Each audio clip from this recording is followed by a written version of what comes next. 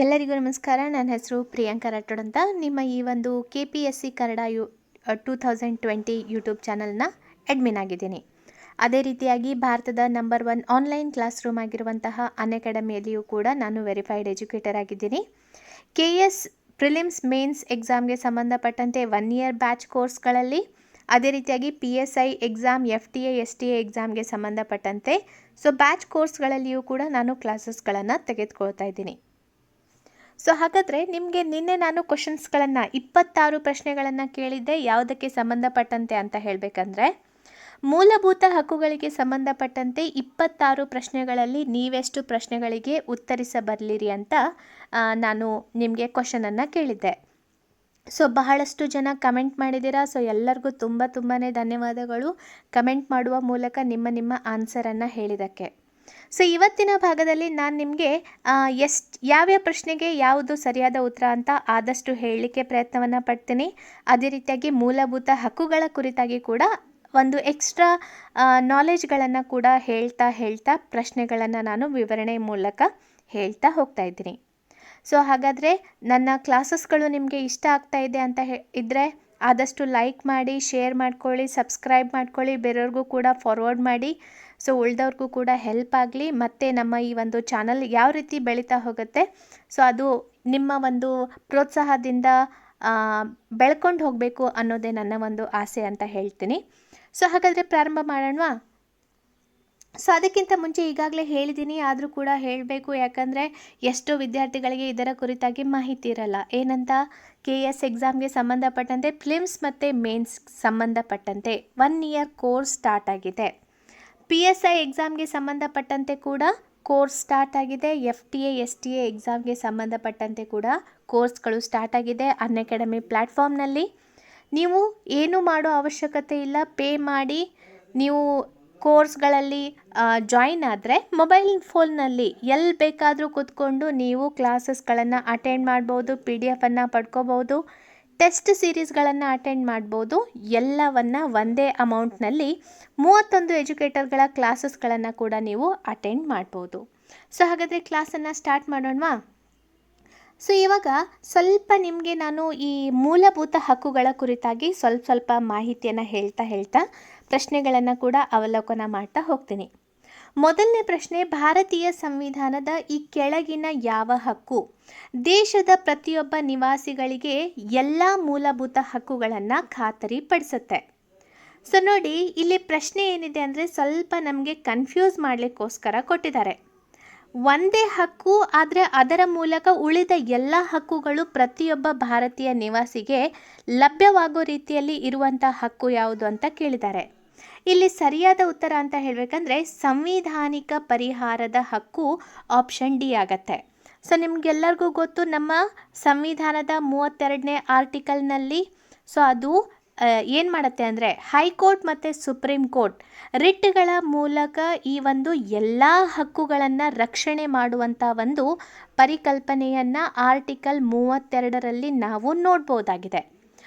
Article 32 ಇದೆಯಲ್ಲ, ಅದರ ಮೂಲಕ ಯಾವುದೇ ಒಬ್ಬ ವ್ಯಕ್ತಿ ಮೂಲಭೂತ ಹಕ್ಕುಗಳು ಆತನಿಗೆ ಲಭ್ಯವಾಗದೇ ಇದ್ದಾಗ ಅಥವಾ ಅನ್ಯಾಯಕ್ಕೊಳಗಾದ ವ್ಯಕ್ತಿ ತನ್ನ ಮೂಲಭೂತ ಹಕ್ಕುಗಳನ್ನು ಪಡ್ಕೊಳ್ಳಿಕ್ಕೋಸ್ಕರ ನ್ಯಾಯಾಲಯದ ಮೊರೆ ಹೋಗ್ಬೋದು. ಉಳಿದ ಹಕ್ಕುಗಳಲ್ಲಿ ಕೂಡ ಬೇರೆ ಬೇರೆ ರೀತಿಯಾದಂಥ ಒಂದು ಹಕ್ಕುಗಳನ್ನು ಕೊಡಲಾಗಿದೆ. ಈಗ ಧಾರ್ಮಿಕ ಸ್ವಾತಂತ್ರ್ಯ, ಸಮಾನತೆ ಆಗಿರ್ಬೋದು, ಶೋಷಣೆಯ ವಿರುದ್ಧ ಆಗಿರ್ಬೋದು, ಈ ರೀತಿಯಾದಂಥ ಹಕ್ಕುಗಳನ್ನು ಬೇರೆ ಬೇರೆ ವಿಷಯಕ್ಕೆ ಕೊಟ್ಟಿದ್ದಾರೆ. ಆದರೆ ಈ ಎಲ್ಲ ಹಕ್ಕುಗಳಿಗೆ ಸಂಬಂಧಪಟ್ಟಂತೆ ನಾವು ಪ್ರಶ್ನಿಸುವಂತಹ ಹಕ್ಕನ್ನು ಪಡೆದುಕೊಳ್ಳುವಂತಹ ಒಂದು ಅಧಿಕಾರ ನಮಗೆ ಕೊಡೋದು ಸಂವಿಧಾನಿಕ ಪರಿಹಾರಗಳ ಹಕ್ಕು. ಅದಕ್ಕೆ ಆಪ್ಷನ್ ಡಿ ಸರಿಯಾದ ಉತ್ತರ. ನಿಮಗೆಲ್ಲರಿಗೂ ಗೊತ್ತು, ಈ ಒಂದು ಮೂಲಭೂತ ಹಕ್ಕುಗಳನ್ನು ನಾವೇನಂತ ಕರಿತೀವಿ? ಅಮೇರಿಕಾದಲ್ಲಿ ಇದನ್ನು ಮೊದಲು ಏನಂತ ಕರಿತಾ ಇದ್ರು? ಬಿಲ್ ಆಫ್ ರೈಟ್ಸ್ ಅಂತ ಕರಿತಾ ಇದ್ರು. ಇದೇ ಒಂದು ಭಾರತದ ಮೂಲಭೂತ ಹಕ್ಕುಗಳನ್ನು ಭಾರತದಲ್ಲಿ ನಾವೇನಂತ ಕರಿತೀವಿ? ಭಾರತದ ಮ್ಯಾಗ್ನಾ ಕಾರ್ಟಾ ಅಂತ ಕರಿತೀವಿ ಮೂಲಭೂತ ಹಕ್ಕುಗಳನ್ನು. ಈ ಪ್ರಶ್ನೆ ಕೂಡ ನಿಮಗೆ ಬಂದಿದೆ. ಭಾರತದ ಮ್ಯಾಗ್ನಾ ಕಾರ್ಟಾ ಅಂತ ಯಾವುದನ್ನು ಕರಿತೀವಿ ಅಂತ? ಅದು ಪ್ರಮುಖವಾಗಿ ಮೂಲಭೂತ ಹಕ್ಕುಗಳನ್ನು. ಓಕೆ, ನೆಕ್ಸ್ಟ್ ಕ್ವಶನ್ ನೋಡೋಣ.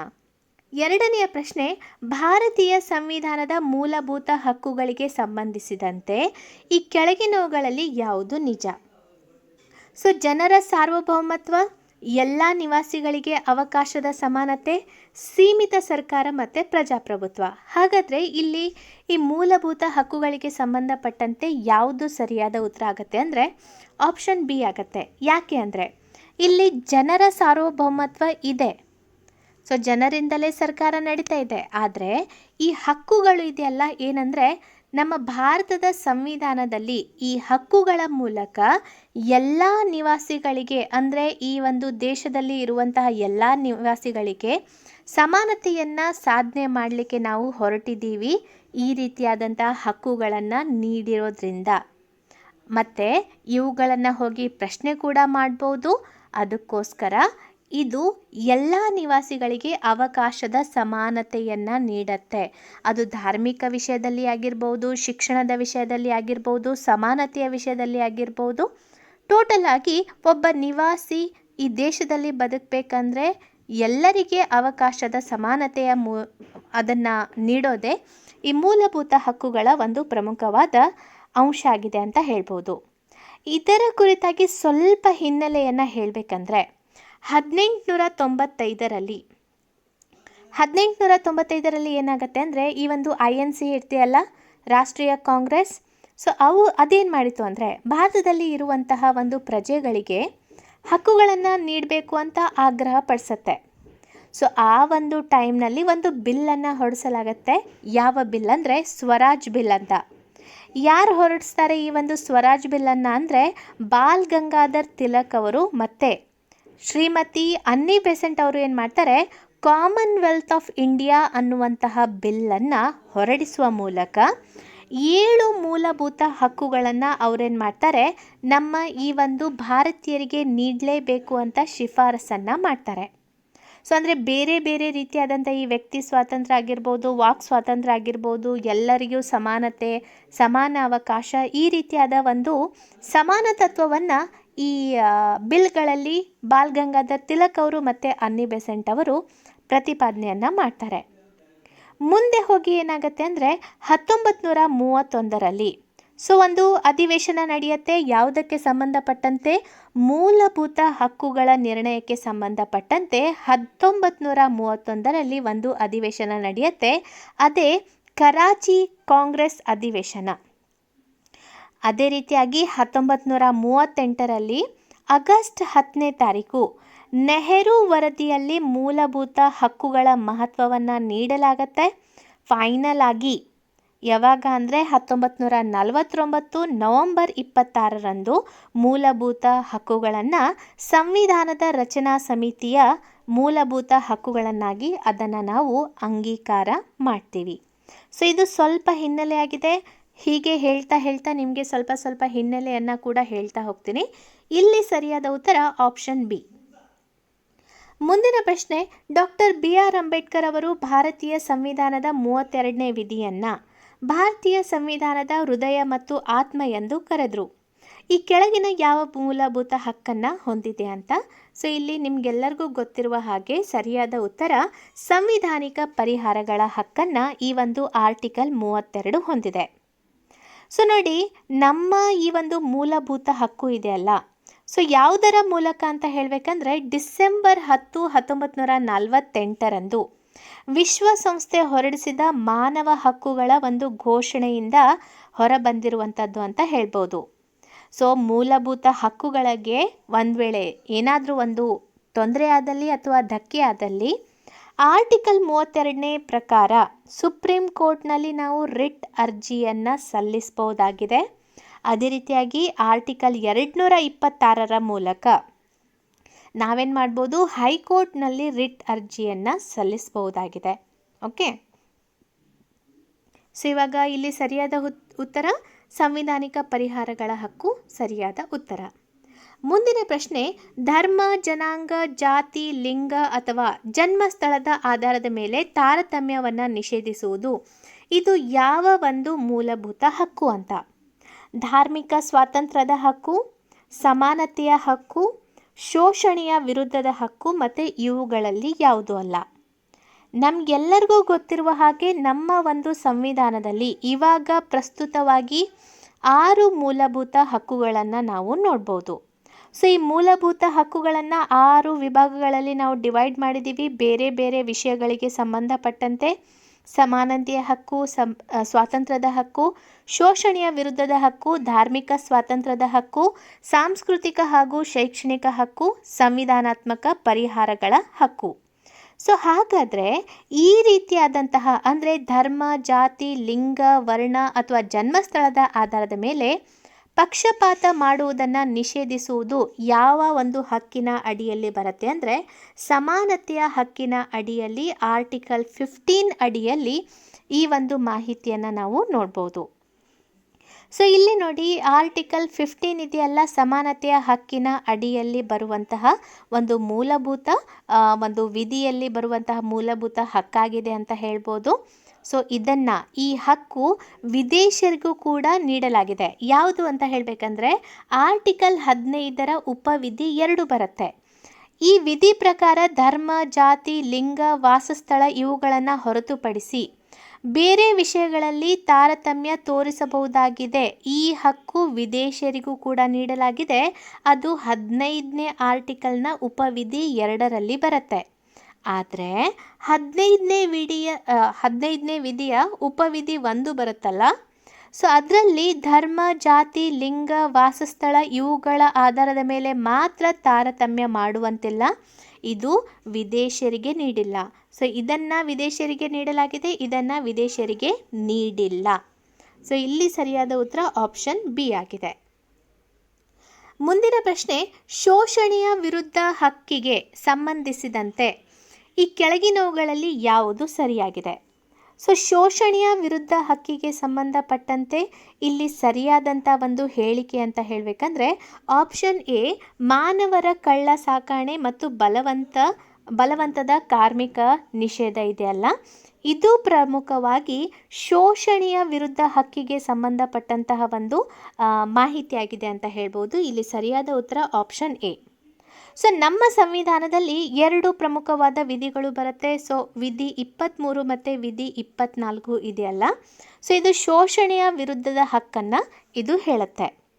ಸೊ ಈ ಒಂದು ವಿಧಿ ಪ್ರಕಾರ ಏನು ಮಾಡಲಾಯಿತು ಅಂದರೆ 1976ನಲ್ಲಿ ಜೀತ ಪದ್ಧತಿ ನಿಷೇಧ ಕಾಯ್ದೆಯನ್ನು ಅದನ್ನು ಜಾರಿಗೆ ತರಲಾಯಿತು. ಅದೇ ರೀತಿಯಾಗಿ ನಮ್ಮ 9ನೇ ಅನುಸೂಚಿಯಲ್ಲಿ ಜಮೀನ್ದಾರಿ ಪದ್ಧತಿಯ ಸುಧಾರಣೆಯನ್ನು ಕೂಡ ಇದರಲ್ಲಿ ಮೆನ್ಷನ್ ಮಾಡಲಾಗಿದೆ. ಯಾವುದರಲ್ಲಿ? ಆರ್ಟಿಕಲ್ 23ನಲ್ಲಿ.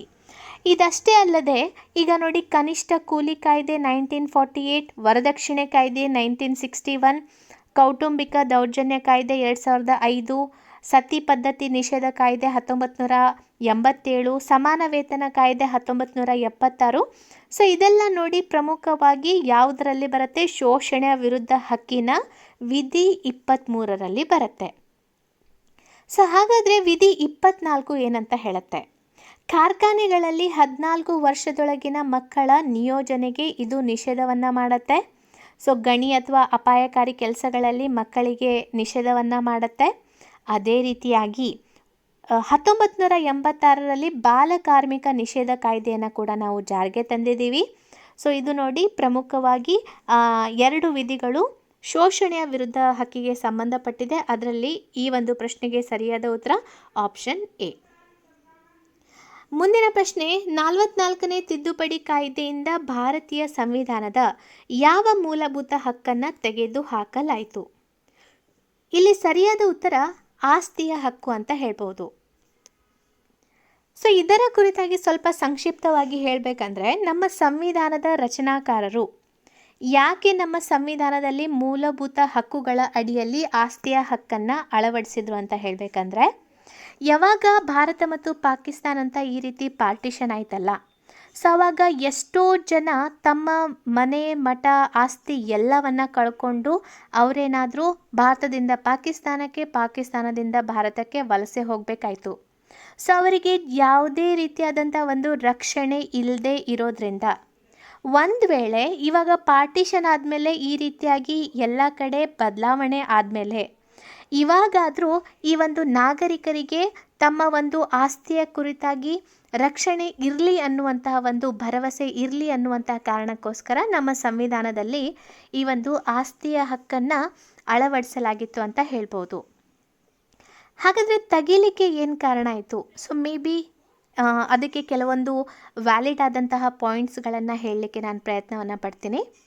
ಈಗ ನೋಡಿ, ಈಗ ನನಗೆ ಒಂದು ಜಮೀನಿದೆ ಅಂತ ಅಂದ್ಕೊಳ್ಳಿ.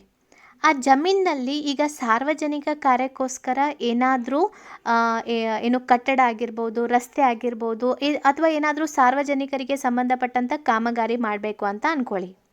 ಆವಾಗ ಸರ್ಕಾರ ಏನು ಮಾಡಬೇಕಾಗಿತ್ತು, ನನಗೆ ಆ ಜಮೀನಿನಲ್ಲಿ ನನ್ನ ಜಮೀನಿನಲ್ಲಿ ಅವರು ಇದೆಲ್ಲ ಮಾಡಲಿಕ್ಕೆ ನನಗೆ ಪರ್ಮಿಷನ್ ಆದರೂ ಕೇಳಬೇಕಾಗಿತ್ತು, ಅಥವಾ ಅದಕ್ಕೆ ಸರಿಯಾದಂಥ ಒಂದು ದುಡ್ಡನ್ನು ಅವರು ಕೊಡಬೇಕಾಗಿತ್ತು, ಅಥವಾ ಬೇರೆ ಸ್ಥಳದಲ್ಲಿ ನನಗೆ ಜಮೀನಾದರೂ ಕೊಡಬೇಕಾಗಿತ್ತು. ಸೊ ಈ ರೀತಿಯಾದಂಥ ಒಂದು ತೊಂದರೆ ಆಗ್ತಾಯಿತ್ತು. ಒಂದು ವೇಳೆ ನಾನು ಸರ್ಕಾರಕ್ಕೆ ಕೊಡಲಿಕ್ಕೆ ಇಷ್ಟಪಡದೇ ಇದ್ದರೆ ಆ ಒಂದು ಜಮೀನನ್ನು, ಮೂಲಭೂತ ಹಕ್ಕುಗಳಲ್ಲಿ ಏನು ಮೆನ್ಷನ್ ಮಾಡಲಾಗಿದೆ, ನಾವು ಒಂದು ವೇಳೆ ನಮ್ಮ ಹಕ್ಕುಗಳು ಅಂದರೆ ನಮಗೆ ಸಿಗದೇ ಇದ್ದಾಗ ಅನ್ಯಾಯಕ್ಕೊಳಗಾದ ವ್ಯಕ್ತಿ ನ್ಯಾಯಾಲಯದ ಮೊರೆ ಹೋಗ್ಬೋದು ಅಂತ. ಸೊ ಪದೇ ಪದೇ ಈ ರೀತಿಯಾದ ಸನ್ನಿವೇಶಗಳು ಬರ್ತಿರುವಾಗ ಮೂಲಭೂತ ಹಕ್ಕುಗಳ ಮೇನ್ ಕಾನ್ಸೆಪ್ಟ್ ಆದಂತಹ ಈ ಒಂದು ಹಕ್ಕುಗಳ ರಕ್ಷಣೆಗೆ ಕುಂದು ಕೊರತೆ ಆಗ್ತಾಯಿತ್ತು, ಅದು ಬಾಧ್ಯತೆ ಆಗ್ತಾಯಿತ್ತು. ಸೊ ಅದಕ್ಕೋಸ್ಕರ ಒಂದು ವೇಳೆ ನಾವು ಆಸ್ತಿಯ ಹಕ್ಕನ್ನು ತೆಗೆದು ಹಾಕಿದರೆ ಮೂಲಭೂತ ಹಕ್ಕುಗಳ ಮೇಜರ್ ಬೇಸ್ ಆದಂತಹ ಅವುಗಳಿಗೆ ರಕ್ಷಕ ಆಗಿರುವಂತಹ ಸುಪ್ರೀಂ ಕೋರ್ಟ್ ಮತ್ತು ಹೈಕೋರ್ಟ್ನ ಒಂದು ವ್ಯಾಲ್ಯೂ ಕೂಡ ಇರ್ತಾಯಿತ್ತು. ಆ ಒಂದು ಕಾರಣಕ್ಕೋಸ್ಕರ ಈ ಆಸ್ತಿಯ ಹಕ್ಕನ್ನು ತೆಗೆದು ಹಾಕಲಾಯಿತು ಅಂತ ಕೂಡ ಹೇಳ್ಬೋದು. ಇದೊಂದು ಒನ್ ಆಫ್ ದ ರೀಸನ್ ಅಂತ ಹೇಳ್ಬೋದು. ಸೊ ಅದಕ್ಕೋಸ್ಕರ ನಮ್ಮ ಒಂದು ಸಂವಿಧಾನದಲ್ಲಿ ಇದೆಯಲ್ಲ, 44ನೇ ಸಂವಿಧಾನ ತಿದ್ದುಪಡಿ ಕಾಯ್ದೆ 1978 ಮೂಲಕ ಏನು ಮಾಡಲಾಯಿತು ಅಂತ ಹೇಳಬೇಕಂದ್ರೆ, ಈ ಆಸ್ತಿಯ ಹಕ್ಕನ್ನು ಮೂಲಭೂತ ಹಕ್ಕುಗಳ ಪಟ್ಟಿಯಿಂದ ತೆಗೆದು ಹಾಕಲಾಯಿತು. ಸೊ ನಮ್ಮ ಮೂಲಭೂತ ಹಕ್ಕುಗಳಲ್ಲಿ 2 ಮೇಜರ್ ಆದಂತಹ ತಿದ್ದುಪಡಿಯನ್ನು ಮಾಡಿದ್ವಿ. ಅದರಲ್ಲಿ ಈ ಒಂದು ತಿದ್ದುಪಡಿ ಮೊದಲನೆಯ ಮೇಜರ್ ತಿದ್ದುಪಡಿ ಆಯಿತು. ಸೊ ಆಸ್ತಿಯ ಹಕ್ಕು ಇವಾಗ ಏನಾಗಿದೆ ಅಂದರೆ ಲೀಗಲ್ ರೈಟ್ ಆಗಿದೆ ಅಥವಾ ಕಾನೂನು ಹಕ್ಕಾಗಿದೆ. ಹಾಗಾದರೆ ಎಲ್ಲಿ ನೋಡ್ಬೋದು, ನಮ್ಮ ಸಂವಿಧಾನದ ಆರ್ಟಿಕಲ್ 300A ಯಲ್ಲಿ ಇದನ್ನು ನಾವು ನೋಡ್ಬೋದು. ಓಕೆ, ಮುಂದಿನ ಪ್ರಶ್ನೆ. ಸೊ ಸಂವಿಧಾನದ ಯಾವ ಲೇಖನವು 14 ವರ್ಷ ವಯಸ್ಸಿನ ಮಕ್ಕಳಿಗೆ ಉಚಿತ ಮತ್ತು ಕಡ್ಡಾಯ ಶಿಕ್ಷಣವನ್ನು ರೂಪಿಸುತ್ತೆ? ಸೊ ಇಲ್ಲಿ ಸರಿಯಾದ ಉತ್ತರ ಏನಂತ ಹೇಳಬೇಕಂದ್ರೆ ಆಪ್ಷನ್ ಡಿ ಸರಿಯಾದ ಉತ್ತರ. ಇಲ್ಲಿ ಸ್ವಲ್ಪ ಕ್ವಶನ್ಗೆ ನೀವು ಗಮನವನ್ನು ಕೊಟ್ಟರೆ ಗೊತ್ತಾಗತ್ತೆ. ಏನಂದರೆ, ನಾನು ಹೇಳ್ತಾ ಇರೋದು ಮೂಲಭೂತ ಹಕ್ಕುಗಳ ಕಾನ್ಸೆಪ್ಟನ್ನು, ಆದರೆ ಪ್ರಶ್ನೆಯಲ್ಲಿ ಎಲ್ಲಿಯೂ ಕೂಡ ಮೂಲಭೂತ ಹಕ್ಕು ಅಂತ ಮೆನ್ಷನ್ ಮಾಡಿಲ್ಲ. ಸೊ ಭಾಳಷ್ಟು ಜನ ತಲೆಯಲ್ಲೇನಿಟ್ಕೊಂಡಿರ್ತಾರೆ, ಮೂಲಭೂತ ಹಕ್ಕು ಅಂತ ಅಂದ್ಕೊಂಡಾಗ ಇಲ್ಲಿ ಮೂಲಭೂತ ಹಕ್ಕುಗಳಿಗೆ ಸಂಬಂಧಪಟ್ಟಂತೆ ಯಾವುದೇ ಒಂದು ಆಪ್ಷನ್ನೇ ಇಲ್ಲಲ್ಲ. ಸೊ ಹಾಗಾದರೆ ಯಾವ ರೀತಿಯಾಗಿ ಆನ್ಸರ್ ಮಾಡೋದು ಅಂತ. ಸೊ ಅದಕ್ಕೋಸ್ಕರ ಹೇಳ್ತಾ ಇದ್ದೀನಿ, ಪ್ರಶ್ನೆಯಲ್ಲಿ ಎಲ್ಲಿಯೂ ಕೂಡ ಮೂಲಭೂತ ಹಕ್ಕು ಅಂತ ಮೆನ್ಷನ್ ಮಾಡಿಲ್ಲ. ಏನು ಮೆನ್ಷನ್ ಮಾಡಿದ್ದಾರೆ, ಸಂವಿಧಾನದ ಯಾವ ಲೇಖನ 14 ವರ್ಷ ವಯಸ್ಸಿನ ಮಕ್ಕಳಿಗೆ ಉಚಿತ ಮತ್ತು ಕಡ್ಡಾಯ ಶಿಕ್ಷಣವನ್ನು ರೂಪಿಸುತ್ತೆ ಅಂತ. ಸೊ ಇದು ಆರ್ಟಿಕಲ್ 45 ಅಂತ ಹೇಳ್ಬೋದು. ಹಾಗಾದರೆ ಆರ್ಟಿಕಲ್ 45 ಎಲ್ಲಿ ನೋಡ್ಬೋದು ನಾವು? ಸೊ DPSP ರಾಜ್ಯ ನೀತಿ ನಿರ್ದೇಶನ ತತ್ವಗಳು ಅಥವಾ ಡೈರೆಕ್ಟಿವ್ ಪ್ರಿನ್ಸಿಪಲ್ ಆಫ್ ಸ್ಟೇಟ್ ಪಾಲಿಸಿಯಲ್ಲಿ ಉದಾರತಾ ತತ್ವದ ಅಡಿಯಲ್ಲಿ ಆರ್ಟಿಕಲ್ 45 ಶಿಕ್ಷಣದ ಕುರಿತಾಗಿ ನಮಗೆ ಮಾಹಿತಿಯನ್ನು ನೀಡುತ್ತೆ. ನಿಮಗೆ ಸ್ವಲ್ಪ ಕನ್ಫ್ಯೂಸ್ ಮಾಡಲಿಕ್ಕೋಸ್ಕರ ಇನ್ನೊಂದು ರೀತಿಯಲ್ಲಿ ಪ್ರಶ್ನೆ ಕೂಡ ಕೇಳ್ಬೋದು. ಏನಂತ, ನಮ್ಮ ಸಂವಿಧಾನದಲ್ಲಿ ಶಿಕ್ಷಣದ ಕುರಿತಾಗಿ ಈ ಕೆಳಗಿನವುಗಳಲ್ಲಿ ಯಾವುದರಲ್ಲಿ ಪ್ರಸ್ತಾಪಿಸಲಾಗಿದೆ? ಇನ್ನೊಮ್ಮೆ ಹೇಳ್ತೀನಿ, ನಮ್ಮ ಸಂವಿಧಾನದಲ್ಲಿ ಶಿಕ್ಷಣಕ್ಕೆ ಸಂಬಂಧಪಟ್ಟಂತೆ ಯಾವುದರಲ್ಲಿ ಪ್ರಸ್ತಾಪಿಸಲಾಗಿದೆ? ಯಾವುದು? DPSP ರಾಜ್ಯ ನೀತಿ ನಿರ್ದೇಶನ ತತ್ವಗಳು, ಫಂಡಮೆಂಟಲ್ ರೈಟ್ಸ್ ಮೂಲಭೂತ ಹಕ್ಕುಗಳು, ಫಂಡಮೆಂಟಲ್ ಡ್ಯೂಟೀಸ್ ಮತ್ತು ಆಲ್ ಆಫ್ ದ ಅಬವ್ ಅಂತ ಇದೆ. ಸೊ ಈಗ ಕೆಲವೊಬ್ಬರಿಗೆ ಏನನ್ಸುತ್ತೆ, ಇವಾಗಷ್ಟೇ ಹೇಳಿದ್ದೆ ಅದಕ್ಕೆ DPSPಯಲ್ಲಿ ಇದೆ, ಮತ್ತು ಫಂಡಮೆಂಟಲ್ ರೈಟ್ಸ್ನಲ್ಲಿ ಇರ್ಬೋದು, ಅದಕ್ಕೆ A ಮತ್ತು B ಸರಿಯಾಗಿರ್ಬೋದು ಅಂತ. ಆದರೆ ಇಲ್ಲಿ ಸರಿಯಾದ ಉತ್ತರ ಯಾವುದಾಗತ್ತೆ? ಆಪ್ಷನ್ ಡಿ ಆಗುತ್ತೆ, ಆಲ್ ಆಫ್ ದ ಅಬವ್ ಅಥವಾ ಮೇಲಿನ ಎಲ್ಲವೂ ಆಗುತ್ತೆ. ಯಾವ ರೀತಿ ಆಗುತ್ತೆ ಅನ್ನೋದನ್ನು ಇವಾಗ ನಿಮಗೆ ಕ್ಲಾರಿಫೈ ಮಾಡ್ತೀನಿ. ಈಗಾಗಲೇ ನಾನು ಹೇಳಿರುವ ಹಾಗೆ DPSP ಅಂದರೆ ರಾಜ್ಯ ನೀತಿ ನಿರ್ದೇಶನ ತತ್ವಗಳಲ್ಲಿ ಉದಾರತಾ ತತ್ವದಲ್ಲಿ ಆರ್ಟಿಕಲ್ 45 ಶಿಕ್ಷಣದ ಕುರಿತಾಗಿ ಮಾಹಿತಿಯನ್ನು ನೀಡುತ್ತೆ. ಫಂಡಮೆಂಟಲ್ ರೈಟ್ಸ್ನಲ್ಲಿ ಆರ್ಟಿಕಲ್ 21A ಇದೆಯಲ್ಲ, ಅದು ಯಾವುದಕ್ಕೆ ಕಂಪಲ್ಸರಿ ಫ್ರೀ ಆ್ಯಂಡ್ ಕಂಪಲ್ಸರಿ ಎಜುಕೇಷನ್ಗೆ ಸಂಬಂಧಪಟ್ಟಂತೆ ಮೂಲಭೂತ ಹಕ್ಕುಗಳಲ್ಲಿ ಹೇಳುತ್ತೆ. ಹಾಗಾದರೆ ಫಂಡಮೆಂಟಲ್ ಡ್ಯೂಟೀಸ್ನಲ್ಲಿ ಎಲ್ಲಿ? ಫಂಡಮೆಂಟಲ್ ಡ್ಯೂಟೀಸ್ ಅಂದರೆ ಮೂಲಭೂತ ಕರ್ತವ್ಯದಲ್ಲಿ 11ನೆಯ ಮೂಲಭೂತ ಕರ್ತವ್ಯವಾಗಿ ಕೂಡ ಶಿಕ್ಷಣಕ್ಕೆ ಸಂಬಂಧಪಟ್ಟಂತೆ ನಾವು ಮಾಹಿತಿಯನ್ನು ನೋಡ್ಬೋದು. ಅದಕ್ಕೆ ಆಲ್ ಆಫ್ ದ ಅಬವ್ ಇದೆಯಲ್ಲ, ಅದು ಸರಿಯಾದ ಉತ್ತರ. ಇಲ್ಲಿ ಸರಿಯಾದ ಉತ್ತರ ವಿಧಿ 45. ಓಕೆ, ಸೊ ಮುಂದಿನ ಪ್ರಶ್ನೆ, ಭಾರತೀಯ ಸಂವಿಧಾನದ ಯಾವ ಭಾಗದಲ್ಲಿ ಮೂಲಭೂತ ಹಕ್ಕುಗಳನ್ನು ಒದಗಿಸಲಾಗಿದೆ? ಇಲ್ಲಿ ಸರಿಯಾದ ಉತ್ತರ ಭಾಗ 3 ಅಂತ ಹೇಳ್ಬೋದು. ಸೊ ಭಾಗ 3ರಲ್ಲಿ ನಾವು ನೋಡ್ಬೋದಾಗಿದೆ ಈ ಒಂದು ಮೂಲಭೂತ ಹಕ್ಕುಗಳನ್ನು.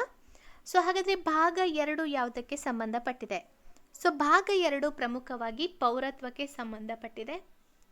ಸೊ ಪೌರತ್ವದ ಮೇಲೆ ನಿಮಗೆ ಖಂಡಿತವಾಗಿ ಪ್ರಶ್ನೆ ಬರುತ್ತೆ ಈ ಬಾರಿ, ಯಾಕಂದರೆ ಒಂದು ಪ್ರಶ್ನೆ ಅಂತೂ ಪಕ್ಕಾ ಬರುತ್ತೆ. ಅದ್ರ ಮೇಲೆ ಕೂಡ ನಾನು ಒಂದು ವಿಡಿಯೋ ಮಾಡಿ ಹಾಕ್ತೀನಿ. ಸೊ ಅದೇ ರೀತಿಯಾಗಿ ಪಾರ್ಟ್ 4 ಇದೆಯಲ್ಲ, ಇದು ರಾಜ್ಯ ನೀತಿ ನಿರ್ದೇಶನ ತತ್ವಗಳ ಕುರಿತಾಗಿ ಹೇಳುತ್ತೆ. ಪಾರ್ಟ್ 5 ಕೇಂದ್ರ ಸರ್ಕಾರದ ಕುರಿತಾಗಿ ಹೇಳುತ್ತೆ. ಸೊ ಪಾರ್ಟ್ 3 ಫಂಡಮೆಂಟಲ್ ರೈಟ್ಸ್ ಇದೆಯಲ್ಲ, ಅದು ಸರಿಯಾದ ಉತ್ತರ. ಸೊ ನಮ್ಮ ಸಂವಿಧಾನದಲ್ಲಿ ಪಾರ್ಟ್ 3 ಫಂಡಮೆಂಟಲ್ ರೈಟ್ಸ್ಗೆ ಸಂಬಂಧಪಟ್ಟಿದೆ. ಓಕೆ, ಮುಂದಿನ ಪ್ರಶ್ನೆ, ಸಂವಿಧಾನವು ಕಾನೂನಿನ ಮುಂದೆ ಎಲ್ಲ ನಾಗರಿಕರು ಸಮಾನರಾಗಿರುತ್ತದೆ ಎಂದು ಖಾತ್ರಿಪಡಿಸುತ್ತದೆ. ಇದು ಯಾವ ವಿಧಿಗೆ ಸಂಬಂಧಪಟ್ಟಿದೆ? ಇಲ್ಲಿ ಸರಿಯಾದ ಉತ್ತರ ಅಂತ ಹೇಳಬೇಕಂದ್ರೆ ಕಾನೂನಿನ ಭಾರತೀಯ ಸಂವಿಧಾನದ 14ನೇ ವಿಧಿ. 14ನೇ ವಿಧಿ ಏನಂತ ಹೇಳುತ್ತೆ? 14ರಿಂದ 18ನೆಯ ವಿಧಿ ಪ್ರಮುಖವಾಗಿ ಸಮಾನತೆಯ ಹಕ್ಕಿನ ಅಡಿಯಲ್ಲಿ ಬರುತ್ತೆ. ಅದರಲ್ಲಿ 14ನೇ ವಿಧಿ ಪ್ರಮುಖವಾಗಿ ಕಾನೂನಿನ ಮುಂದೆ ಸಮಾನತೆಯನ್ನು ಹೇಳುತ್ತೆ. ಅಂದರೆ ಯಾವುದೇ ವ್ಯಕ್ತಿ ಈ ದೇಶದ ಕಾನೂನಿಗಿಂತ ದೊಡ್ಡವರಲ್ಲ ಎಂಬುದನ್ನು ಕೂಡ ಇದು ಹೇಳುತ್ತೆ. ಅದೇ ರೀತಿಯಾಗಿ ಈ ಒಂದು ವಿಧಿ 14 ಕೇವಲ ಭಾರತೀಯ ನಾಗರಿಕರಿಗೆ ಮಾತ್ರ ಅಲ್ಲ, ವಿದೇಶಿಯರಿಗೂ ಕೂಡ ಇದು ಅನ್ವಯ ಆಗತ್ತೆ. ಸೊ ಇಲ್ಲಿ ಸರಿಯಾದ ಉತ್ತರ ಆಪ್ಷನ್ ಡಿ 14ನೇ ವಿಧಿ ಅಂತ ಹೇಳ್ಬೋದು. ಸೊ ಇವುಗಳಲ್ಲಿ ಯಾವುದು ಭಾರತೀಯ ಸಂವಿಧಾನದಲ್ಲಿ ಮೂಲಭೂತ ಹಕ್ಕಾಗಿ ಸೇರಿಸಲಾಗಿಲ್ಲ? ಸಮಾನ ಕೆಲಸಕ್ಕೆ ಸಮಾನ ವೇತನದ ಹಕ್ಕು, ಸಂವಿಧಾನದ ಪರಿಹಾರಗಳ ಹಕ್ಕು, ಕಾನೂನಿನ ಮುಂದೆ ಸಮಾನತೆಯ ಹಕ್ಕು, ವಾಕ್ ಸ್ವಾತಂತ್ರ್ಯದ ಹಕ್ಕು. ಸೊ ಹಾಗಾದರೆ ಇಲ್ಲಿ ಯಾವುದನ್ನು ನಮ್ಮ ಮೂಲಭೂತ ಹಕ್ಕುಗಳಲ್ಲಿ ಸೇರಿಸಿಲ್ಲ ಅಂದರೆ ಈ ಆಪ್ಷನ್ ಎ ಅನ್ನು. ಆಪ್ಷನ್ ಎ ಹಾಗಾದರೆ ಎಲ್ಲಿ ನಾವು ನೋಡಿದ್ದೀವಿ ಅಂದರೆ ರಾಜ್ಯ ನೀತಿ ನಿರ್ದೇಶನ ತತ್ವಗಳಲ್ಲಿ ಸಮಾಜವಾದಿ ತತ್ವದಲ್ಲಿ ಬರುತ್ತೆ. ಸಂವಿಧಾನಿಕ ಪರಿಹಾರಗಳ ಹಕ್ಕು ಆರ್ಟಿಕಲ್ 32ನಲ್ಲಿ ಬರುತ್ತೆ. ಕಾನೂನಿನ ಮುಂದೆ ಸಮಾನತೆಯ ಹಕ್ಕು ಆರ್ಟಿಕಲ್ 14 ಅಡಿಯಲ್ಲಿ ಬರುತ್ತೆ. ಸೊ ವಾಕ್ ಸ್ವಾತಂತ್ರ್ಯದ ಹಕ್ಕು. ಸೊ ವಾಕ್ ಸ್ವಾತಂತ್ರ್ಯದ ಹಕ್ಕು ಪ್ರಮುಖವಾಗಿ ನಮಗೆ ನೀಡಲಾದಂತಹ ಈ ಒಂದು ಯಾವುದರ ಅಡಿಯಲ್ಲಿ ಬರುತ್ತೆ? ಸೊ 6 ಹಕ್ಕುಗಳ ಅಡಿಯಲ್ಲಿ ಈ ಒಂದು ವಾಕ್ ಸ್ವಾತಂತ್ರ್ಯದ ಹಕ್ಕು ಕೂಡ ಲಭ್ಯವಾಗತ್ತೆ ಅಂತ ನಾವು ಹೇಳ್ಬೋದಾಗಿದೆ. ಸೊ ಅದಕ್ಕೋಸ್ಕರ ಈ ಯಾವುದರ ಅಡಿಯಲ್ಲಿ? ಆರ್ಟಿಕಲ್ 19ರಲ್ಲಿ. ಸೊ ಆರ್ಟಿಕಲ್ 19ರಲ್ಲಿ ಪ್ರಮುಖವಾಗಿ ವಾಕ್ ಮತ್ತು ಅಭಿವ್ಯಕ್ತಿ ಸ್ವಾತಂತ್ರ್ಯವನ್ನು ನೀಡಲಾಗಿದೆ. ಸೊ ಅದನ್ನು 6 ಸ್ವಾತಂತ್ರ್ಯಗಳಲ್ಲಿ ಇದು ಕೂಡ ಒಂದಾಗಿದೆ. ಸೊ ಇದು ಬರೋದು ಮಾತ್ರ ಆಪ್ಷನ್ ಎ ರಾಜ್ಯ ನೀತಿ ನಿರ್ದೇಶನ ತತ್ವಗಳಲ್ಲಿ ಅಂತ ಹೇಳ್ಬೋದು. ನೆಕ್ಸ್ಟ್ ನೋಡಿ, ಮೂಲಭೂತ ಹಕ್ಕುಗಳ ಜಾರಿಗಾಗಿ ನ್ಯಾಯಾಲಯವು ಈ ಕೆಳಗಿನವುಗಳಲ್ಲಿ ಯಾವುದು ನೀಡಬಹುದು? ತೀರ್ಪು, ರಿಟ್, ಸುಗ್ರೀವಾಜ್ಞೆ ಮತ್ತು ಅಧಿಸೂಚನೆ ಅಂತ ಇದೆ. ಸರಿಯಾದ ಉತ್ತರ ರಿಟ್ ಅಂತ ಹೇಳ್ಬೋದು. ನಿಮ್ಗೆಲ್ಲರಿಗೂ ಗೊತ್ತು, ಇಲ್ಲಿ ರಿಟ್ಗಳನ್ನು ನೀಡುವ ಅಧಿಕಾರ 2ಕ್ಕೆ ಇದೆ.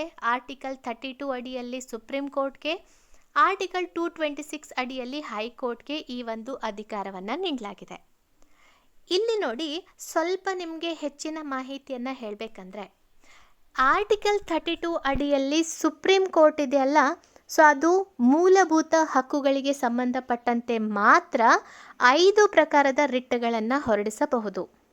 ಆದರೆ ಈ ಆರ್ಟಿಕಲ್ 226 ಪ್ರಕಾರ ಹೈಕೋರ್ಟ್ ಇದೆಯಲ್ಲ, ಮೂಲಭೂತ ಹಕ್ಕುಗಳು ಮಾತ್ರ ಅಲ್ಲದೆ ನಮ್ಮ ಸಂವಿಧಾನದಲ್ಲಿ ಮೆನ್ಷನ್ ಮಾಡಿರುವಂತಹ ಕಾನೂನಾತ್ಮಕ ಹಕ್ಕುಗಳಿಗೂ ಸಂಬಂಧಪಟ್ಟಂತೆ ಕೂಡ ಅದು ರಿಟ್ಗಳನ್ನು ಹೊರಡಿಸಬಹುದು.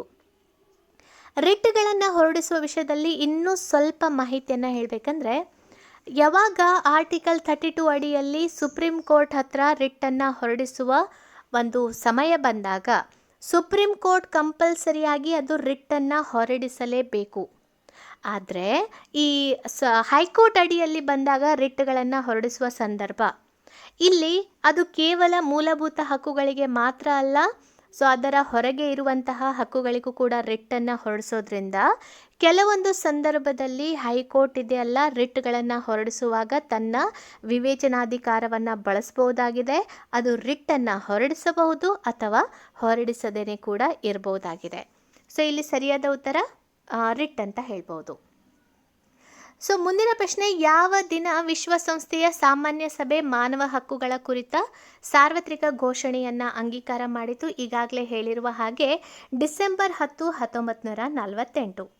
ಸೊ ಇನ್ನೂ ಸ್ವಲ್ಪ ಮಾಹಿತಿಯನ್ನು ಹೇಳಬೇಕಂದ್ರೆ ನಿಮಗೆಲ್ಲರಿಗೂ ಗೊತ್ತಿರುವ ಹಾಗೆ ನಮ್ಮ ಸಂವಿಧಾನದಲ್ಲಿ 12ರಿಂದ 35ರವರೆಗಿನ ವಿಧಿ ಇದೆಯಲ್ಲ, ಅದು ಮೂಲಭೂತ ಹಕ್ಕುಗಳಿಗೆ ಸಂಬಂಧಪಟ್ಟಿದೆ. ನಮ್ಮ ಸಂವಿಧಾನದ ರಚನಾ ಸಭೆಯಲ್ಲಿಯೂ ಕೂಡ 2 ಪ್ರಮುಖವಾದ ಸಮಿತಿಗಳು ಇತ್ತು. ಒಂದು ಮೂಲಭೂತ ಹಕ್ಕುಗಳ ಒಂದು ಮೇಜರ್ ಸಮಿತಿ, ಅದರ ಒಂದು ಅಧ್ಯಕ್ಷತೆಯನ್ನು ಸರ್ದಾರ್ ವಲ್ಲಭಭಾಯಿ ಪಟೇಲ್ ಅವರು ವಹಿಸ್ಕೊಂಡಿದ್ರು. ಮೂಲಭೂತ ಹಕ್ಕುಗಳ ಉಪಸಮಿತಿ ಕೂಡ ಇತ್ತು, ಅದರ ಒಂದು ನೇತೃತ್ವವನ್ನು JB ಕೃಪಲಾನಿ ಅವರು ವಹಿಸ್ಕೊಂಡಿದ್ರು ಅಂತ ಹೇಳ್ಬೋದು. ಸೊ ಇಲ್ಲಿ ನೋಡಿ, ಈ ಮೂಲಭೂತ ಹಕ್ಕುಗಳು ಪ್ರಮುಖವಾಗಿ ಯಾವುದರ ಒಂದು ಭಾಗ ಆಗಿದೆ ಅಂದರೆ ಈ ಒಂದು ವಿಶ್ವಸಂಸ್ಥೆಯ ಸಾಮಾನ್ಯ ಸಭೆಯ ಈ ಮಾನವ ಹಕ್ಕುಗಳ ಸಾರ್ವತ್ರಿಕ ಘೋಷಣೆಯ ಭಾಗವಾಗಿದೆ ಅಂತ ಹೇಳ್ಬೋದು. ಸೊ ಆಪ್ಷನ್ ಬಿ ಡಿಸೆಂಬರ್ 10, 1948 ಸರಿಯಾದ ಉತ್ತರ. ನಮ್ಮ ಸಂವಿಧಾನದಲ್ಲಿನ ಮೂಲಭೂತ ಹಕ್ಕುಗಳು ಯಾವ ಸಂವಿಧಾನದಿಂದ ಪ್ರೇರೇಪಿತ ಆಗಿದೆ? ಈಗಾಗಲೇ ನಿಮಗೆ ಫಸ್ಟಿಗೇನೆ ಮಾಹಿತಿಯನ್ನು ಹೇಳಿದೆ. ಇದನ್ನು ನಾವು ಅಮೆರಿಕ ದೇಶದ ಸಂವಿಧಾನದಿಂದ ಎರವಲು ಪಡ್ಕೊಂಡಿದ್ದೀವಿ. ಅಲ್ಲಿ ಇದನ್ನು ಬಿಲ್ ಆಫ್ ರೈಟ್ಸ್ ಅಂತ ಕರಿತೀವಿ. ನಮ್ಮ ಭಾರತದಲ್ಲಿ ಇದನ್ನು ಏನಂತ ಕರಿತೀವಿ? ಭಾರತದ ಮ್ಯಾಗ್ನಾ ಕಾರ್ಟಾ ಅಂತ ಕರಿತೀವಿ. ಈ ಪ್ರಶ್ನೆಯನ್ನು ಕೂಡ ಬಹಳ ಸಾರಿ ಕೇಳಿದ್ದಾರೆ.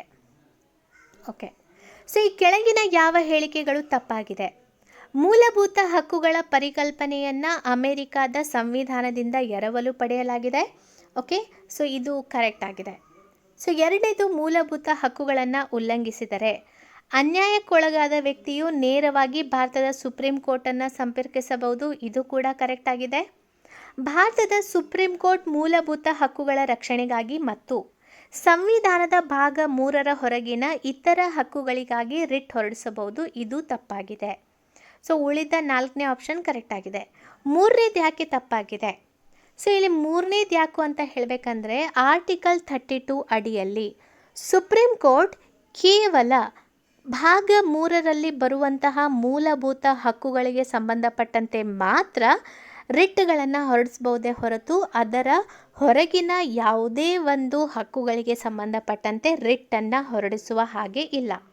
ಸೊ ಇಲ್ಲಿ ಭಾಗ 3ರ ಹೊರಗಿನ ಇತರ ಹಕ್ಕುಗಳಿಗಾಗಿ ರಿಟ್ ಹೊರಡಿಸಬಹುದು ಅಂತ ಇರೋದ್ರಿಂದ 3ನೇ ಹೇಳಿಕೆ ತಪ್ಪಾಗಿದೆ. ಉಳಿದ 3 ಹೇಳಿಕೆಗಳು ಸರಿಯಾಗಿದೆ. ಓಕೆ, ಸೊ ಭಾರತದ ಸಂವಿಧಾನದ ಯಾವ ಲೇಖನ ಅಡಿಯಲ್ಲಿ ಅಸ್ಪೃಶ್ಯತೆಯನ್ನು ರದ್ದುಗೊಳಿಸಲಾಗಿದೆ? ಇಲ್ಲಿ ಈ ಪ್ರಶ್ನೆ ಅಂತೂ ಬಹಳ ಸಲ ಕೇಳಿದ್ದಾರೆ ಅಂತ ಹೇಳ್ಬೋದು. ಬಹಳ ಸಲ ಇದು ರಿಪೀಟ್ ಆಗಿದೆ ಅಂತ. ಸೊ ಇಲ್ಲಿ ಸರಿಯಾದ ಉತ್ತರ ಆರ್ಟಿಕಲ್ 17 ಅಂತ ಹೇಳ್ಬೋದು. ಸೊ ಆಪ್ಷನ್ ಸಿ, ಆಪ್ಷನ್ 3 ಸರಿಯಾದ ಉತ್ತರ. ಇನ್ನೊಂದೇನೆಂದರೆ, ನಮ್ಮ ಒಂದು ಸಂವಿಧಾನದಲ್ಲಿ ಈ ಮೂಲಭೂತ ಹಕ್ಕುಗಳ ಅಡಿಯಲ್ಲಿ 2 ರೀತಿಯಾಗಿ ಡಿವೈಡ್ ಆಗಿರೋದನ್ನು ನೋಡ್ಬೋದು. ಒಂದು, ಭಾರತೀಯ ನಾಗರಿಕರಿಗೆ ಲಭ್ಯವಾಗುವಂತಹ ಒಂದು ವಿಧಿಗಳು. ಇನ್ನೊಂದು, ವಿದೇಶಿಯರಿಗೂ ಕೂಡ ಲಭ್ಯವಾಗುವಂಥ ಒಂದು ವಿಧಿಗಳು ಅಂತ ಹೇಳ್ಬೋದು. ವಿದೇಶಿಯರಿಗೆ ಯಾವ ಒಂದು ಹಕ್ಕುಗಳನ್ನು ನೀಡಲಾಗಲ್ಲ ಅಂತ ಹೇಳಬೇಕಂದ್ರೆ, ಸೊ 19ನೆಯ ವಿಧಿಯಲ್ಲಿ ಬರುವಂಥದ್ದು, 29, 30ನೆಯ ವಿಧಿಯಲ್ಲಿ ಬರುವಂಥದ್ದು. ಸೊ ಇದು ಇದೆಲ್ಲ ಪ್ರಮುಖವಾಗಿ ವಿದೇಶಿಯರಿಗೆ ಲಭ್ಯವಾಗಲ್ಲ. ಆದರೆ ವಿದೇಶಿಯರಿಗೂ ನೀಡುವಂಥ ಹಕ್ಕುಗಳು ಅಂದರೆ 14, 17, 18, 20ರಿಂದ 28ನೇ ವಿಧಿ ಮತ್ತು 32ನೇ ವಿಧಿ ಇದೆಯಲ್ಲ, ಇದು ಪ್ರಮುಖವಾಗಿ ವಿದೇಶಿಯರಿಗೂ ಕೂಡ ಲಭ್ಯವಾಗಿದೆ.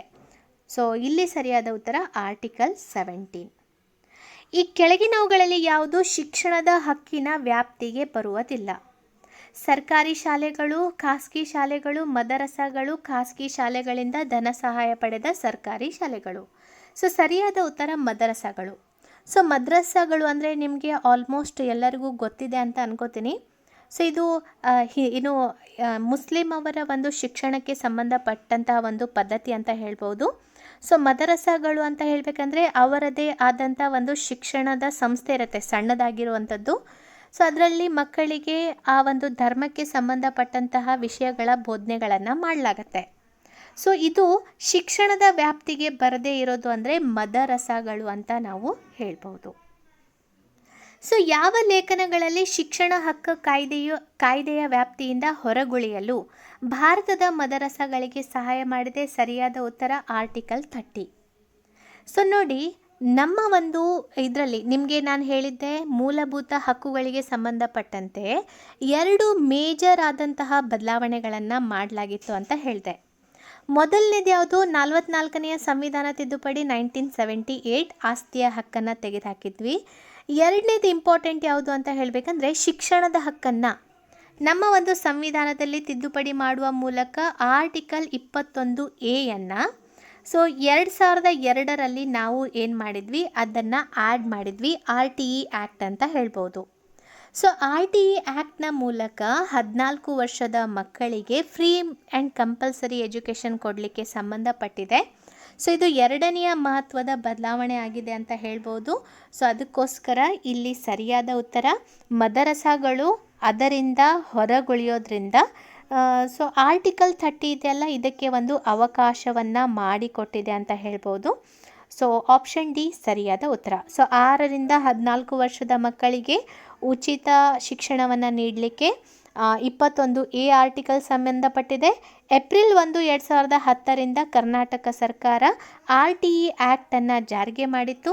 ಸೊ 86ನೇ ಸಂವಿಧಾನ ತಿದ್ದುಪಡಿ ಕಾಯ್ದೆ 2002ರ ಮೂಲಕ.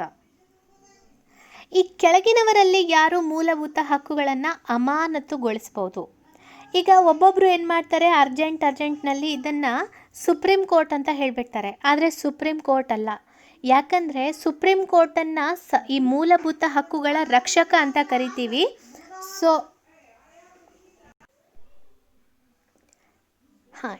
ಇಲ್ಲಿ ಸರಿಯಾದ ಉತ್ತರ ಯಾವುದಾಗತ್ತೆ ಅಂತ ಹೇಳಬೇಕಂದ್ರೆ ಪ್ರೆಸಿಡೆಂಟ್ ಆಗುತ್ತೆ. ಆಪ್ಷನ್ ಬಿ ಪ್ರೆಸಿಡೆಂಟ್ ಆಗುತ್ತೆ. ಯಾಕಂದರೆ ಅಮಾನತುಗೊಳಿಸೋದು ಯಾವಾಗ? ಈ ಒಂದು ತುರ್ತು ಪರಿಸ್ಥಿತಿಯ ಸಂದರ್ಭದಲ್ಲಿ ನಾವು ಈ ಮೂಲಭೂತ ಹಕ್ಕುಗಳನ್ನು ಅಮಾನತುಗೊಳಿಸ್ತೀವಿ. ಸುಪ್ರೀಂ ಕೋರ್ಟ್ ಇದೆಯಲ್ಲ, ಮೂಲಭೂತ ಹಕ್ಕುಗಳ ರಕ್ಷಕ ಆಗಿದೆ ಹೊರತು ಅದನ್ನು ಅಮಾನತುಗೊಳಿಸುವಂತಹ ಒಂದು ಅಧಿಕಾರ ಇಲ್ಲ. ಈ ಅಧಿಕಾರ ಇರೋದು ಭಾರತದ ರಾಷ್ಟ್ರಪತಿಗಳಿಗೆ. ಅದು ಯಾವ ಸಂದರ್ಭದಲ್ಲಿ ಅಂತ ಹೇಳಬೇಕಂದ್ರೆ ತುರ್ತು ಪರಿಸ್ಥಿತಿಯ ಸಂದರ್ಭದಲ್ಲಿ. ಸೊ 3 ರೀತಿಯಾದ ತುರ್ತು ಪರಿಸ್ಥಿತಿ ಇದೆ. ನಿಮಗೆಲ್ಲರಿಗೂ ಗೊತ್ತಿರುವ ಹಾಗೆ ಆರ್ಟಿಕಲ್ 352 ಅಡಿಯಲ್ಲಿ ನ್ಯಾಷನಲ್ ಎಮರ್ಜೆನ್ಸಿ, ಆರ್ಟಿಕಲ್ 356 ಅಡಿಯಲ್ಲಿ ಸ್ಟೇಟ್ ಎಮರ್ಜೆನ್ಸಿ, ಆರ್ಟಿಕಲ್ 360 ಅಡಿಯಲ್ಲಿ ಫೈನಾನ್ಷಿಯಲ್ ಎಮರ್ಜೆನ್ಸಿ ಅಂತ ಹೇಳ್ಬೋದು. ಓಕೆ, ಸೊ ನಮ್ಮ ಸಂವಿಧಾನದಲ್ಲಿ ಮೂಲಭೂತ ಹಕ್ಕುಗಳನ್ನು ಸೇರಿಸುವ ಪರಿಕಲ್ಪನೆಯನ್ನು ಈ ಕೆಳಗಿನವುಗಳಲ್ಲಿ ಯಾವುದು ಉತ್ತಮವಾಗಿ ಬೆಂಬಲಿಸುತ್ತೆ ಅಂತ. ಸೊ ಇಲ್ಲಿ ಸರಿಯಾದ ಉತ್ತರ ಅಂತ ಹೇಳಬೇಕಂದ್ರೆ ನೆಹರು ಸಮಿತಿ ವರದಿ 1928 ಅಂತ ಹೇಳ್ಬೋದು. ಸೊ ನೆಹರು ವರದಿ ಮೂಲಕ ಸೊ ನಮ್ಮ ಸಂವಿಧಾನದಲ್ಲಿ ಮೂಲಭೂತ ಹಕ್ಕುಗಳನ್ನು ಆ್ಯಡ್ ಮಾಡಿದ್ವಿ ಅಂತ ನಾವು ಹೇಳ್ಬೋದಾಗಿದೆ. ಸೊ ಆಪ್ಷನ್ ಬಿ ನೆಹರು ಸಮಿತಿ ವರದಿ 1928 ಸರಿಯಾದ ಉತ್ತರ. ಓಕೆ, ಮುಂದಿನ ಪ್ರಶ್ನೆ, ಯಾರ ಆಡಳಿತ ಅವಧಿಯಲ್ಲಿ ಮೂಲಭೂತ ಹಕ್ಕುಗಳ ಪಟ್ಟಿಯಿಂದ ಆಸ್ತಿಯ ಹಕ್ಕನ್ನು ತೆಗೆದು ಹಾಕಲಾಯಿತು? ಇಲ್ಲಿ ಸರಿಯಾದ ಉತ್ತರ ಅಂತ ಹೇಳಬೇಕಂದ್ರೆ ಮೊರಾರ್ಜಿ ದೇಸಾಯಿ ಸರ್ಕಾರ. ಸೊ ಮೊರಾರ್ಜಿ, ಬಹಳ ಜನರಿಗೆ ಏನನ್ಸುತ್ತೆ ಇಂದಿರಾ ಗಾಂಧಿ ಸರ್ಕಾರ ಆಗಿರ್ಬೋದು ಅಂತ. ಆದರೆ ಸೊ 42ನೇ ಸಂವಿಧಾನ ತಿದ್ದುಪಡಿ ಆದಾಗ 1976ನಲ್ಲಿ ಇಂದಿರಾ ಗಾಂಧಿ ಸರ್ಕಾರ ಇತ್ತು. ಆದರೆ ಆಸ್ತಿಯ ಹಕ್ಕನ್ನು ಮಾಡಿದ್ದು ನಾವು ಯಾವ ತಿದ್ದುಪಡಿ ಮೂಲಕ? 44ನೇ ಸಂವಿಧಾನ ತಿದ್ದುಪಡಿ ಕಾಯ್ದೆ 1978 ಮೂಲಕ. ಸೊ ಆವಾಗ ಯಾರ ಸರ್ಕಾರ ಇತ್ತು? ಸೊ ಮೊರಾರ್ಜಿ ದೇಸಾಯಿ ಸರ್ಕಾರ ಇತ್ತು. ಆವಾಗ ಈ ಒಂದು ಮಹತ್ವದ ಬದಲಾವಣೆಯನ್ನು ತೆಗೆದುಕೊಳ್ಳಲಾಯಿತು.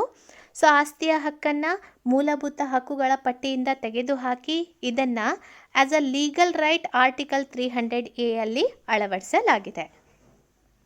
ಮೂಲಭೂತ ಹಕ್ಕುಗಳ ಜಾರಿಗಾಗಿ ರಿಟ್ ಜಾರಿಗೊಳಿಸುವ ಅಧಿಕಾರ ಯಾರಿಗೆ ಇದೆ?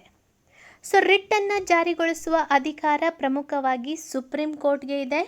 ಸುಪ್ರೀಂ ಕೋರ್ಟನ್ನು ಹೊರತುಪಡಿಸಿದರೆ ಹೈಕೋರ್ಟ್ಗೆ ಇದೆ. ಆರ್ಟಿಕಲ್ 32 ಮತ್ತು ಆರ್ಟಿಕಲ್ 226 ಇದೆ. ಸೊ ಇದಕ್ಕೆ ಸಂಬಂಧಪಟ್ಟಂತೆ 5 ಪ್ರಮುಖವಾದಂತಹ ರಿಟ್ಗಳು ಇದೆ. ಸೊ ನಮ್ಮ ಒಂದು ಸಂವಿಧಾನದಲ್ಲಿ 5 ಪ್ರಮುಖವಾದ ರಿಟ್ಗಳು ಇದೆ ಅಂತ ನಾವು ಹೇಳ್ಬೋದು. ಸೊ ಇಲ್ಲಿ ಸರಿಯಾದ ಉತ್ತರ ಸುಪ್ರೀಂ ಕೋರ್ಟ್ ಅಂತ ಹೇಳ್ಬೋದು. ಮುಂದಿನ ಪ್ರಶ್ನೆ, ಕೆಳಗಿನ ಹೇಳಿಕೆಗಳನ್ನು ಪರಿಗಣಿಸಿ. ನೈಸರ್ಗಿಕ ಹಕ್ಕುಗಳು ಸಾರ್ವತ್ರಿಕ ಹಕ್ಕುಗಳಾಗಿದೆ. ಅದು ಪ್ರತಿಯೊಬ್ಬ ವ್ಯಕ್ತಿಯು ಮಾನವ ಸ್ವಭಾವದ ಒಂದು ಭಾಗವಾಗಿರುವುದರಲ್ಲಿ ಅಂತರ್ಗತವಾಗಿರುತ್ತದೆ. ಇದು ಸರಿಯಾಗಿದೆ. ನಾಗರಿಕ ಹಕ್ಕುಗಳು ಒಂದು ದೇಶದ ನಾಗರಿಕನು ಆನಂದಿಸುವ ಮತ್ತು ಸಂವಿಧಾನ ಅಥವಾ ದೇಶದ ಕಾನೂನಿನಿಂದ ನೀಡಲ್ಪಟ್ಟ ಹಕ್ಕು ಆಗಿದೆ. ಇದು ಕೂಡ ಕರೆಕ್ಟ್ ಆಗಿದೆ. ಸೊ ಆಪ್ಷನ್ ಭಾರತೀಯ ಸಂವಿಧಾನದ ಭಾಗ 3 ಮೂಲಭೂತ ಹಕ್ಕುಗಳ ಅಧ್ಯಾಯದಲ್ಲಿನ 15, 16, 19, 20 ಮತ್ತು 29ನೇ ವಿಧಿ ಭಾರತೀಯ ನಾಗರಿಕರಿಗೆ ಮಾತ್ರ ಲಭ್ಯ ಇದೆ. ನಿಮ್ಗೆ ಈಗಾಗಷ್ಟೇ ನಾನು ಹೇಳಿದೆ, ಭಾರತೀಯ ನಾಗರಿಕರಿಗೆ ಮಾತ್ರ ಲಭ್ಯವಿರುವಂಥ ಹಕ್ಕುಗಳು ಮತ್ತು ವಿದೇಶಿಯ ನಾಗರಿಕರಿಗೂ ಮತ್ತು ಭಾರತೀಯ ನಾಗರಿಕರಿಗೂ ಲಭ್ಯವಾಗುವಂಥ ಹಕ್ಕುಗಳು ಅಂತ ಡಿವೈಡ್ ಮಾಡಿದ್ದಾರೆ. ಸೊ ಈ ಒಂದು ಆರ್ಟಿಕಲ್ಗಳು 15, 16, 19, 20, 29 ಸರಿಯಾಗಿದೆ. ಸೊ ಮಾನವ ಹಕ್ಕುಗಳು ವಿಶ್ವಸಂಸ್ಥೆಯ ಸಾರ್ವತ್ರಿಕ ಘೋಷಣೆ 1948ರಲ್ಲಿ ಆಯಿತು. ಇದು ಕೂಡ ಕರೆಕ್ಟ್ ಆಗಿರೋದ್ರಿಂದ ಇಲ್ಲಿ ಸರಿಯಾದ ಉತ್ತರ ಆಲ್ ಆಫ್ ದ ಅಬವ್ ಇದೆಯಲ್ಲ, ಅದು ಸರಿಯಾಗತ್ತೆ. ಮುಂದಿನ ಪ್ರಶ್ನೆ, ಈ ಕೆಳಗಿನವುಗಳಲ್ಲಿ ಯಾವುದರ ಉದ್ದೇಶಕ್ಕಾಗಿ ಮ್ಯಾಂಡಮಸ್ ರಿಟ್ ಲಭ್ಯವಿದೆ ಅಂತ. ಸೊ ಮೂಲಭೂತ ಹಕ್ಕುಗಳ ಜಾರಿ, ನ್ಯಾಯಾಲಯ ಅಥವಾ ನ್ಯಾಯಮಂಡಳಿಯು ತನ್ನ ನ್ಯಾಯವ್ಯಾಪ್ತಿಯನ್ನು ಚಲಾಯಿಸಲು ನಿರಾಕರಿಸಿದಾಗ ಅದನ್ನು ಚಲಾಯಿಸಲು ಒತ್ತಾಯಿಸುತ್ತದೆ. ಅಸಂವಿಧಾನಿಕವಾದ ಕಾನೂನನ್ನು ಜಾರಿಗೊಳಿಸದಂತೆ ಸಾರ್ವಜನಿಕ ಅಧಿಕಾರಿ ಅಥವಾ ಸರ್ಕಾರಕ್ಕೆ ನಿರ್ದೇಶನ ನೀಡುವುದು. ಹಾಗಾದರೆ ಈ ಒಂದು ಮ್ಯಾಂಡಮಸ್ ರಿಟ್ ನಿಮಗೆ ಗೊತ್ತು, 5 ರೀತಿಯಾದಂಥ ರಿಟ್ ಇದೆ. ಅದರಲ್ಲಿ ಮ್ಯಾಂಡಮಸ್ ರಿಟ್ ಯಾವುದಕ್ಕೆ ಸಂಬಂಧಪಟ್ಟಿದೆ ಅಂತ ಇಲ್ಲಿ ಪ್ರಶ್ನೆ. ಸೊ ಮ್ಯಾಂಡಮಸ್ ಅಂದರೆ ಅದನ್ನು ಆಜ್ಞೆ ಅಂತ ಕರಿತೀವಿ.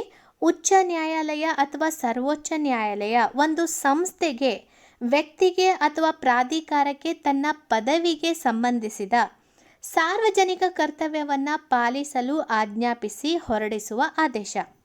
ಈ ಅರ್ಜಿಯನ್ನು ಪರಿಶೀಲಿಸುವ ನ್ಯಾಯಾಲಯ ಆ ನಿರ್ದಿಷ್ಟ ಪ್ರಾಧಿಕಾರಕ್ಕೆ ಆ ಕ್ರಿಯೆಯನ್ನು ನೆರವೇರಿಸುವ ಕಾನೂನುಬದ್ಧ ಕರ್ತವ್ಯದ ಹೊಣೆ ಇದೆಯೇ ಮತ್ತು ಆ ಅರ್ಜಿದಾರನಿಗೆ ಆ ಕರ್ತವ್ಯ ಪಾಲನೆಯ ಒತ್ತಾಯ ಮಾಡುವ ಕಾನೂನುಬದ್ಧ ಹಕ್ಕಿದೆಯೇ ಎಂಬುದನ್ನು ಪರೀಕ್ಷಿಸಲು ಈ ಒಂದು ಮ್ಯಾಂಡಮಸ್ ರಿಟ್ಟನ್ನು ನಾವು ಬಳಸ್ತೀವಿ ಅಂತ ಹೇಳ್ಬೋದು.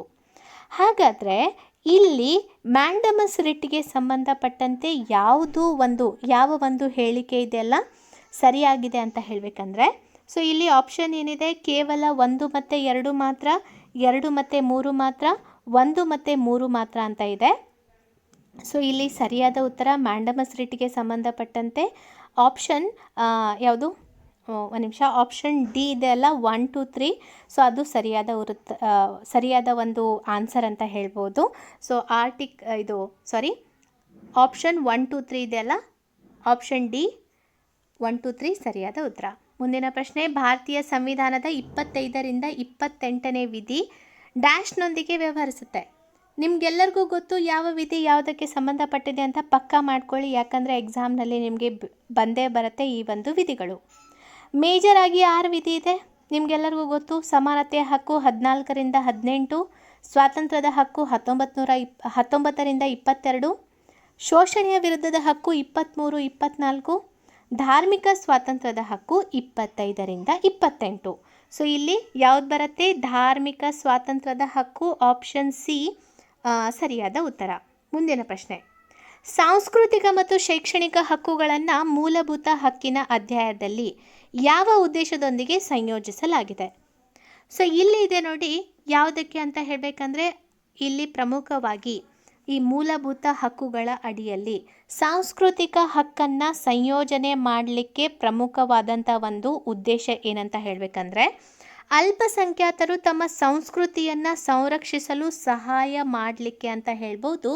ಆ ಒಂದು ಉದ್ದೇಶಕ್ಕೋಸ್ಕರ ಆರ್ಟಿಕಲ್ 29, 30 ಅಡಿಯಲ್ಲಿ ಸಾಂಸ್ಕೃತಿಕ ಹಾಗೂ ಶೈಕ್ಷಣಿಕ ಹಕ್ಕನ್ನು ಪ್ರೊವೈಡ್ ಮಾಡಲಾಗಿದೆ ಅಂತ ನಾವು ಹೇಳ್ಬೋದಾಗಿದೆ. ಓಕೆ. ಲಾಸ್ಟ್ ಕ್ವಶನ್ ನೋಡಿ, ಮೂಲಭೂತ ಹಕ್ಕುಗಳನ್ನು ಯಾವ ರೀತಿಯಲ್ಲಿ ಅಮಾನತುಗೊಳಿಸಬಹುದು? ಎಂದಿಗೂ ಅಮಾನತುಗೊಳಿಸಲಾಗುವುದಿಲ್ಲ. ರಾಷ್ಟ್ರೀಯ ತುರ್ತು ಸಮಯದಲ್ಲಿ ರಾಷ್ಟ್ರಪತಿಗಳು ಅದನ್ನು ಆದೇಶಿಸಿದರೆ ಅಮಾನತುಗೊಳಿಸಬಹುದು. ಸಂಸತ್ತು 2/3 ಬಹುಮತದಿಂದ ಕಾನೂನನ್ನು ಅಂಗೀಕರಿಸಿದರೆ, ಸುಪ್ರೀಂ ಕೋರ್ಟ್ ಆದೇಶಿಸಿದರೆ. ಹಾಗಾದರೆ ಇಲ್ಲಿ ಯಾವುದು ಸರಿಯಾದ ಉತ್ತರ ಆಗತ್ತೆ ಅಂತ ಹೇಳಬೇಕಂದ್ರೆ ಇಲ್ಲಿ ಸರಿಯಾದ ಉತ್ತರ ಆಪ್ಷನ್ ಡಿ, 2 ಓನ್ಲಿ ಆಗತ್ತೆ. 2 ಓನ್ಲಿ ಯಾವ ರೀತಿ ಆಗುತ್ತೆ ಅಂತ ಹೇಳಬೇಕಂದ್ರೆ ನೋಡ್ತಾ ಹೋಗೋಣ.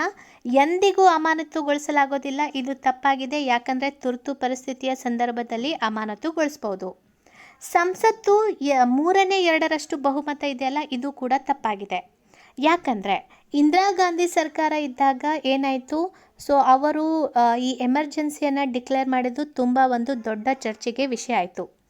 ಮುಂದೆ ಈ ನಮ್ಮ ಸಂವಿಧಾನದಲ್ಲಿ 44ನೇ ತಿದ್ದುಪಡಿ ಕಾಯ್ದೆ 1978 ಜಾರಿಗೊಳಿಸುವ ಮೂಲಕ ಏನು ಮಾಡಲಾಯಿತು ಅಂತ ಹೇಳಬೇಕಂದ್ರೆ